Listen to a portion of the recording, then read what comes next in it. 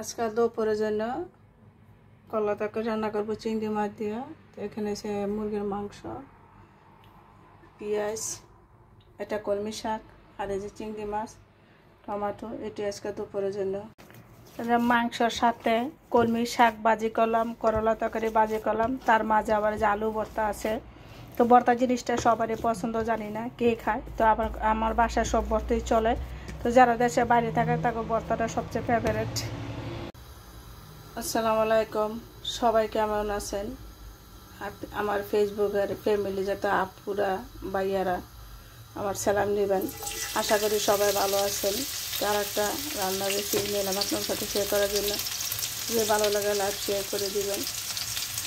এখানে সব কিছু মশলা আছে, আদা রসুন, হলুদের পাখি, কাঁচামরিচ একসাথে দিয়ে দিলাম।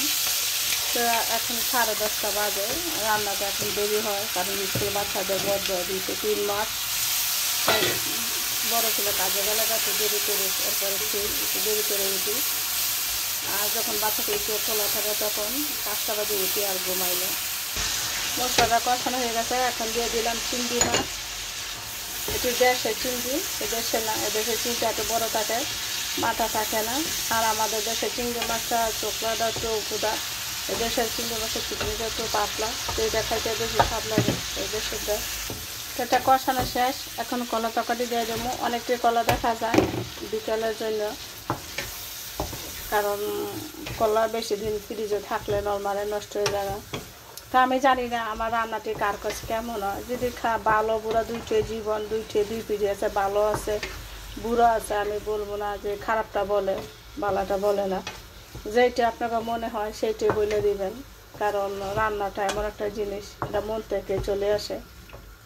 তো আজকে বেশি রান্না নাই, অল্প, কারণ 2 দিন বিরিয়ানি রান্না করলাম।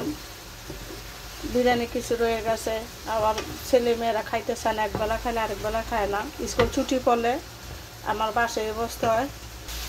এখন ধনিয়া পাতা দিয়ে দিলাম। সেটা রান্না শেষ। এখন কলমি শাক ভাজি করবো, তারপরে মুরগির মাংস রান্না করবো, কারণ ওরা ঘুমায় রয়েছে। ঘুম থেকে উঠতে পরে 1-1:30 বাজে, 2টা বাজে খায়, ওই স্কুলের টাইমেই খাওয়া পরে। তো আমাদের খাবারটা 1টা থেকে 1:30টার ভিতরে খাই। তো আমাদের খাবারটা আমি আগে রান্না করি সবসময়। তো এটা এখন নামাইলাম। এখানে রসুন দিয়ে দিলাম বাটা দেওয়ার জন্য, মানে কলমি শাকটা। শাক সবজি খাইতে ভালো লাগে, কিন্তু আমরা না খাইতে হইতে তেমন কিছু স্বাদ লাগে না। তারপরে অল্প কাটা খাই, আমি আবার সবজি না হলে ভাত খাইতে পারি না। এখন দিয়ে দিলাম এটা কাঁচামরিচ। এখন দেবো না, কাঁচামরিচ যদি খাই তো বা তেমন কিছু খাইতে পারি না, কারণ আমি চাল কম খাই। আমার তরকারি মাংস অনেক সময় লাল দেখেন, এটা আমার মশলা আর টমাটো দেয়, এই কারণে লাল দেখা যায়। মানে অনেকজন বলে এত ময়ূরি দেখেন না, আমার বাসাতে ওই চাল খাই না আমরা।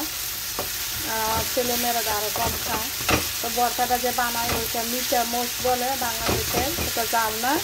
তো ওইটারে আমি ভর্তা বানাই, জাল কম হয়। আর এখানে আলু বসাইছি, সিদ্ধ করে ভর্তা বানাবো। তো শাকটা বাজে হয়ে গেল গা। শাকের মধ্যে একটু তেল বেশি লাগে, এরপরে যখন বাড়ির মধ্যে রাখবো তখন তেলটা তো কমে যাবে, মানে একসাথে হয় এক সাইডে। তখন আমি তেলটা পরে চামচ দিয়ে উঠে নিই, কারণ তেল বেশি খাইতে পারি না। তেল যেগুলো মশলা খাওয়া বেশি স্বাস্থ্যের জন্য ক্ষতি, আমি সেই হিসাব করে খাই।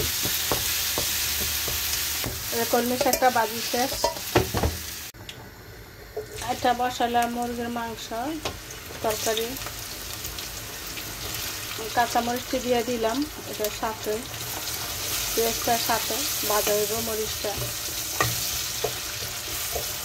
এখানে লবণ, হলুদের পাখি একটু আগে দিলাম, একটু কষাই নেব হলুদটা, তারপর আমি আদা রসুন দিলাম। এখন জিরা বাটা আর আদা রসুন দিয়ে দিলাম। সেখানে টমাটো দিয়ে দিলাম, টমাটোটা কষানো হোক মশলার সাথে। আমরা 20 মিনিট রাখিয়ে রাখুন, তারপরে মুরগির মাংস দিন। আর এখানে আলুটা সিদ্ধ হয়ে গেছে, এখন নামাইলাম। তো মশলা কষানো হয়ে গেছে, এখন মুরগির মাংসটা দিব। মুরগির মাংসটা দেওয়া শেষ হলে আমার, যখন এই রান্নাটা শেষ হলে আমার রান্না শেষ। আজকের জন্য রান্না শেষ, কারণ শুধু দুপুরের জন্য বেশি ইম্পর্টেন্ট আমার, কারণ রাত্রে অনেক সময় খাওয়া পড়ে না। মানে কালকে আমার 3 ছেলে মেয়ে একজনও খায় নাই, আমারও খাওয়া হয় নাই। এর জন্য আমি বেশিরভাগ আমার দুপুরে রান্নাটা ইম্পর্টেন্ট থাকে। তো এই রান্নাটা আমার শেষ হলে আমার অনেক কাজ আছে। আমি জানি না আজকে আমরা দেখতে পারি, যদি কিসমত থাকে যে একটা সামনে এসে দেখলি, তবু আজকে আমার অনেক কাজ। তো এখানে আলু দিয়ে দিলাম। হয়তোবা বলবেন মুরগির মাংস সাদা কেন, কারণ বাচ্চারা মসুরি কম খায়, তেলও কম খায়, বাচ্চারা অলিভিয়া তেল খায়। তো আমি যখন রান্না করি এটা মানে সূর্যমুখী তেল দিয়ে রান্না করি, অলিভিয়া তেল দিয়ে রান্না করি না। দেখতে একদম সাদা দেখা যায়। তো আমার ছেলে মেয়ে সাদা খায়। আমি যখন মাংসের মধ্যে অনেক তেল দেখেন মাঝে মাঝে গরু মাংস, তখন আমি এটা রান্না করার পরে চামচ দিয়ে উঠালাই, ওর পাতে যে না যায়, ওরা তেল জিনিসটা একদম কম খায়। এখন আমি গরম পানি দিয়ে দিলাম।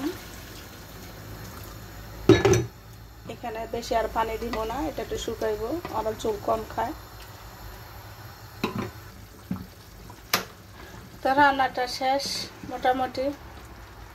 এখন খালি কালকা কটা বিরিয়ানি রান্না করছিলাম, কটা বিরিয়ানি রয়ে গেছে, একটু গরম করবো। আলু সিদ্ধ শেষ হয়েছে। যদি কারো কাছে ভালো লাগে আপুর ভিডিওটি লাইক শেয়ার করে দিবেন। আমি যেরকম সিম্পল সবসময় রান্নাবাড়ি করি, কথাবার্তা আমার সেরকমই, আমি কারোর ফলো করি না। তবু একটা ফলো করি, এটা সে অস্বীকার যাবো না যে রান্না যে কিন্তু মানুষ যখন রান্না করে ওইটার আমি অনেক ফলো করি, ওইটা ট্রাই করি আমি কিভাবে করবো, চেষ্টা করি। তো ইনশাল্লাহ একবার না পারলে আরেকবার পারি। তো এই কারণে আমি বেশিরভাগ রান্নাটা ফলো করি। তো এখানে রান্না করলাম। তো আমি জানি না বর্তমানে মানে কেউ ভালো হইলেও বলে না, খারাপ হইলেও বলে না, যদি দুটোই জীবন, ভালো দিকটা দেখবো মন্দ দিকটা দেখবো না, তা হয় না। সবসময় ভালো দিকটা, মন্দ দিকটাতে বেশি ভালোটা থাকে, আর ভালো দিকটা দেখলে মন্দটা দেখতে হয়, দুইটাই। সবাই ভালো থাকেন, আল্লাহ হাফেজ, সবার জন্য শুভকামনা রইল। সবাইকে ঈদ মোবারক দিলাম, মুগরিম।